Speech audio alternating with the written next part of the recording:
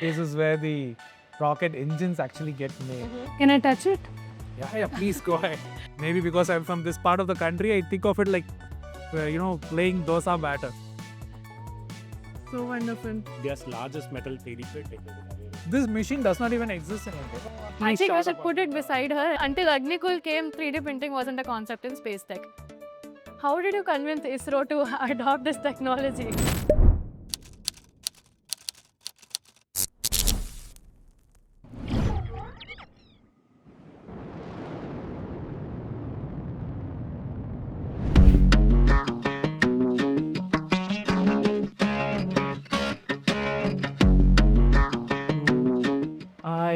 Hi Srinath, how are you? Hi Srinath. Hi, Srinath. Hi, Mary. Fine. Welcome to our Thank you so much. This is where the rocket engines actually get made. So, yeah, Srinath, just tell me, because I've always seen rockets flying up in the sky, but how does a rocket engine work? Rocket engines are actually one of the most simplest to understand, but very hard to actually make them work because they work on something that we all studied when we were in high school, Newton's third law. Yes. Right? So you push out something with a lot of energy in one direction, there will be a force exerted in the other direction. Action reaction, that's it. Right? So this is one of our facilities. So this is where we make the engines, right? And some of the other stuff as well, but this is like the factory equivalent of it.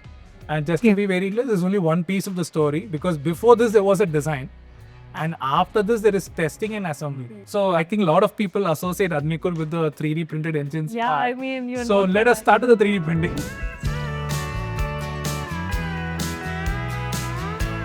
So these are rocket engines, but we call them as single piece rocket engines. You can see that there are no nuts, no bolts, no welds, nothing, right? It is just a single piece. Within this, if you're able to point an X-ray at it, you will see inside that there are literally thousands. It's like a maze of plumbing channels inside. Say for example, when the engine is printing, it actually for us prints this way. It's called powder bed fusion, wherein layer by layer the engine is made, right? So for me, maybe because I'm from this part of the country, I think of it like, playing dosa batter.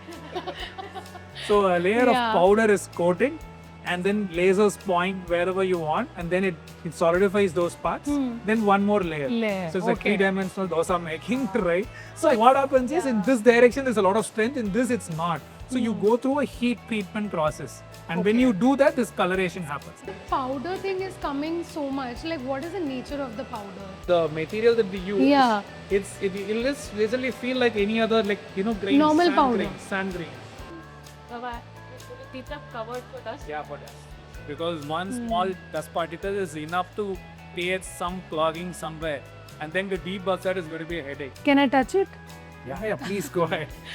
It's a safe material called Inconel. That's what we use. Yeah. It's an alloy. It's a smart alloy. Smart alloys are designed in a way where even with high temperatures, their strength is retained. And clearly, for a rocket engine, you need all that. You need that.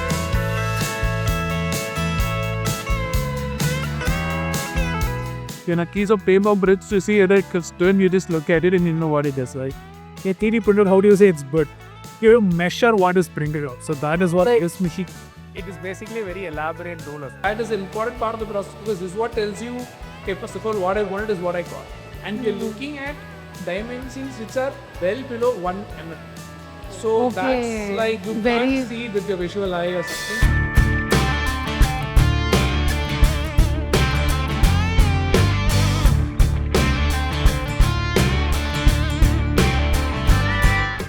It's loud here. Welcome to this 3D printer. Yeah, it must be a little loud here, but this is actually one of our biggest printers. And this is where we make some of the most powerful engines that we have made so far. Wow. India's largest metal 3D printer that is available. Oh, so like largest as in the output that comes out? The size. The size. So 1 meter is how high is this, right? Almost. Yeah, so a single engine can be printed. And there's no other printer that can do such big At printing. least not in this part of the world, right, Dinesh? Wow. Yeah. So when you print the engine in this, what do you print it on? Like, is there a base? Yeah, so there is a metal platform that is loaded onto the machine. Okay. Then the metal powder is spread onto the platform and the laser will melt a particular region that is required. So what happens after you take it out of this? Next step is to depowder it. So the next process to figure out is how to remove the powder. So it does gets assembled here and then that Yes. hole? And it comes out through, we collect it through the hole. Okay. And the plate is held here and you can see that it's being rotated and vibrated. This machine does not even exist in India. Until Agnikul came, 3D printing wasn't a concept in space tech.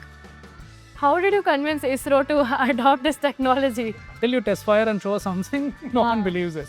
And if it works, then it works. People believe it, right? So we'll just take you to a place where the plate is cut from the engine itself. Oh, where you get rid of 70 kgs of your weight. So electrical discharge process where you make a spark to voluntarily occur at a place where there is a cut needed. So my engine is fully made in one shot, Right. but I have to attach it to the rocket.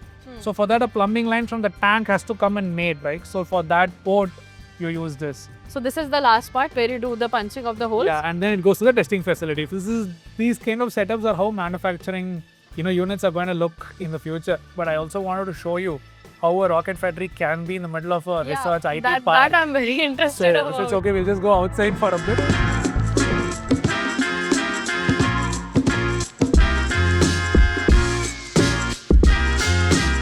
I think last thing that we were very excited about was to ask you if maybe years and years and years later, can this become into a possible crewed kind of a flight space? Can I go to space?